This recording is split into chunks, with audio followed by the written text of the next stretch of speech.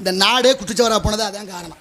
மாமே மருமையன் சொந்தம் பந்தம் சாதி இதையே சொல்லி ஒன்றும் உருப்படலை, எல்லாம் வீணா போச்சு. ஆனால் அவர் 2 மகளை கட்டி கொடுத்து மக வாழ்க்கை போனாலும் பரவாயில்லைன்னு உடனடியாக மாப்பிள்ளை தண்டபாணியை கைது பண்ண சொல்லி உத்தரவு.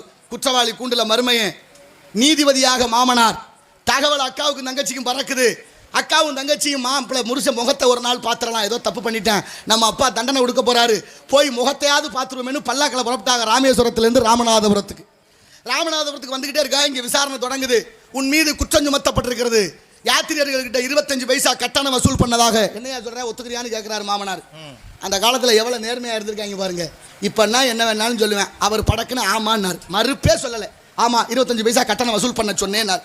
இப்போவெல்லாம் காலையில் பேசிவிட்டு சாயந்தரம் இல்லைங்கிறேன், நான் பேசலை, வேற ஆள் பேசினாங்கிறேன்.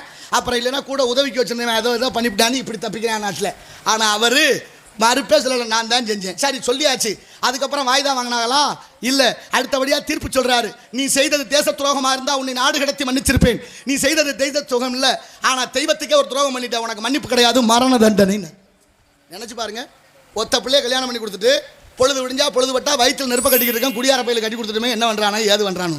ஆனால் அவர் 2 மகள்களை தங்கச்சி மையனை கட்டிவிட்டு தங்கச்சி மையனும் பார்க்கல, மகள்களுக்கு கணவனும் பார்க்கல.